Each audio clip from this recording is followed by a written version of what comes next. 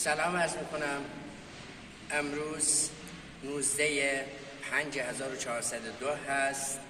امروز متقاضی داریم از نهاوند تشریف آوردن برای دستگاه بوجاری برای گژنیش. میخوام خودشون توضیح بدن که قبلا دستگاه ما رو دیدن ندیدن، چطور شده ما رو شرکت ما رو انتخاب کردن. بفرمایید قربان. با سلام خدمت شما.